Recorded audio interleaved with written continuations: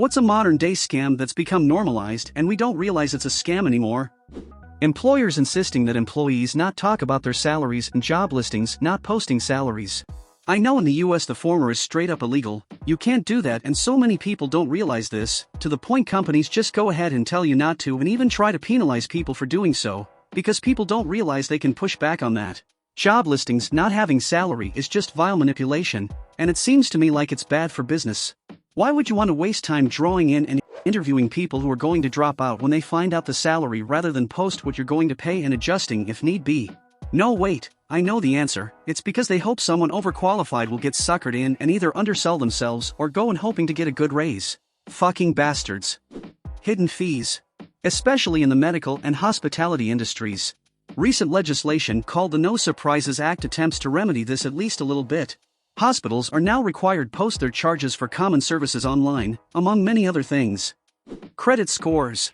They started in 1989 and are designed to encourage debt. Can't believe it took so long to scroll to find someone saying this. If credit scores are meant to be a measure of how likely I am to pay off a loan in the future, how come every time I pay off a loan, the score goes down?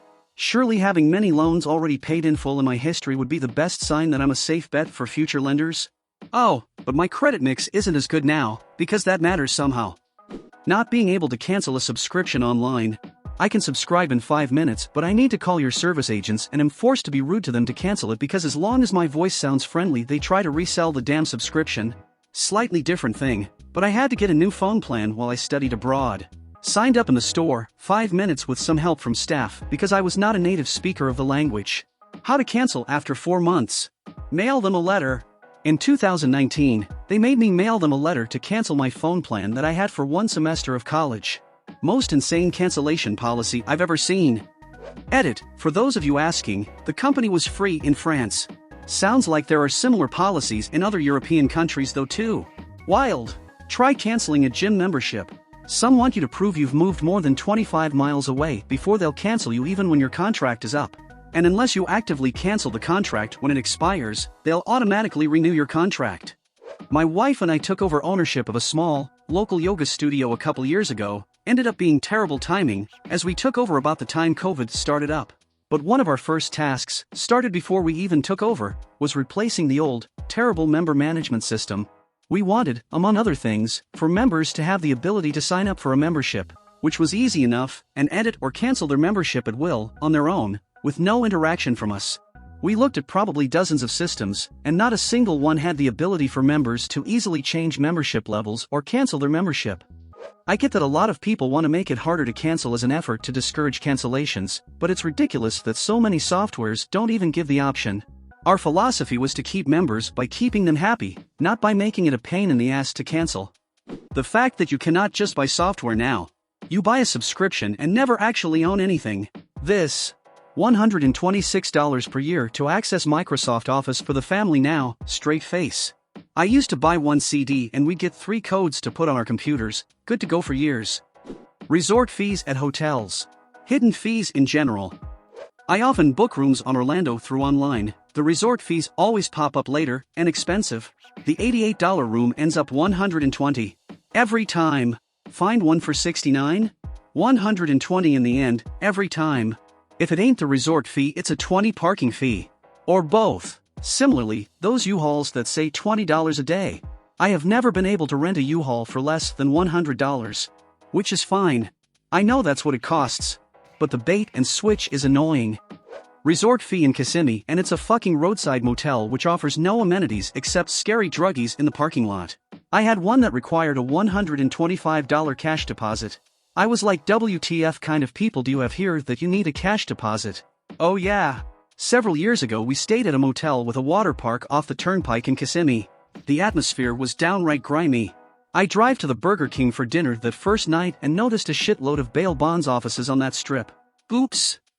I stayed at a hotel in Boston and they had a $30 per day charge that wasn't included in the price when we booked online.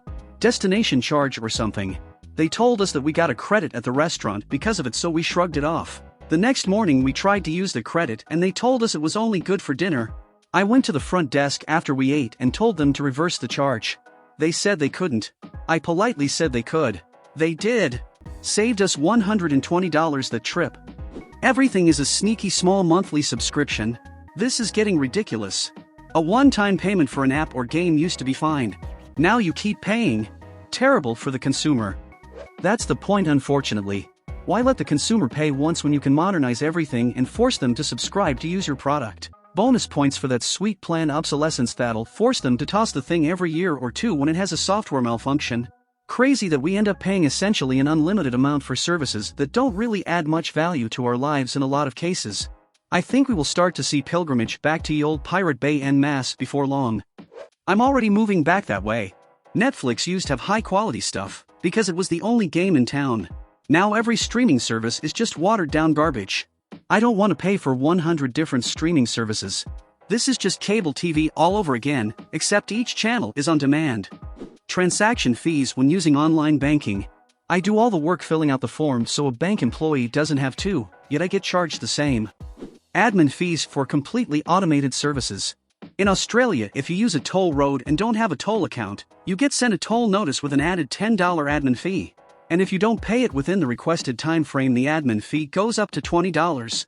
A $2.50 toll could end up costing you $22.50. Scam. The Sydney one lets you call and ask to pay the fee without the add-ons, and they just say yeah, that's fine. Just so you know. So you don't have to pay admin fees when an actual admin is involved.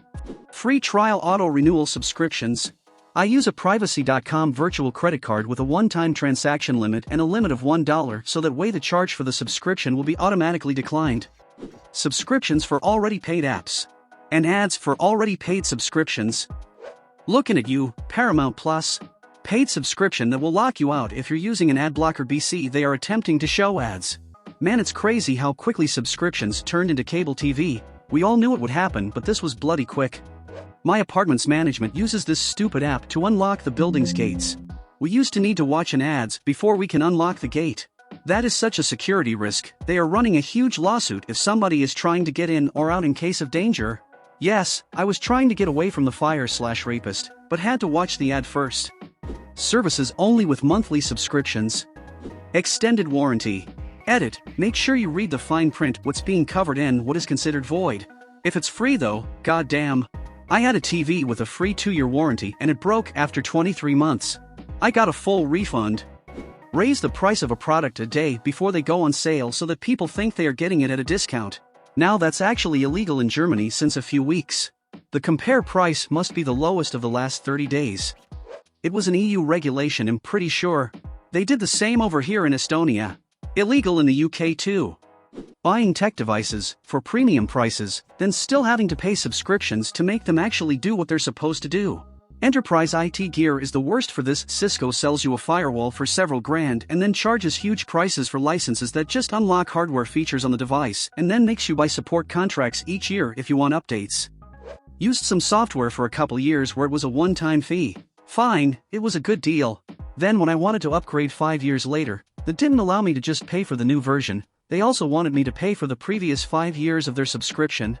Yeah, okay, that's a great way to make sure I never use or recommend you again. Since then I make sure to use open source as much as possible. Service charge for buying cinema tickets online. I've got to pay you to buy something from you? Cinema equals extra charge for using online. Bank equals extra charge for not using online. What? Convenience fee. Well, it's not convenient, it's the only option. Can you make it less convenient and I keep the $5? Edit, yes, cinema tickets can be bought in person. I was more piggybacking off that in regards to things like concerts or sport events that no longer sell at the box office. Medical insurance not covering dental or vision. Like, it's all connected, guys. If you have a badly abscessed tooth, you're likely going to need medical care, even if you have dental that covers the extraction or root canal or whatever. A new ones I'm experiencing is that some preventative tests are covered while others are not. Why don't you tell me that ahead of time and I can decline it? Or just cover everything. I broke a bone at work, they said it was probably soft tissue and scheduled the MRI for 3 months out. So now I've got an improperly healed bone and nothing to show for it except pain if I move the wrong way. It's crazy that insurance companies are allowed to practice medicine without licenses. I have successfully navigated prescription denials twice by demanding my insurance let me speak to whoever is making medical decisions on my behalf. That's what I do too as a physician trying to get stuff covered for my patients. Usually when I ask to have doc and then very specifically ask for the insurance rep's name and NPI number, stuff gets covered. Thank you for watching. In the comments below the video you can write what modern fraud is, which has become the norm, and we no longer realize that it is fraud.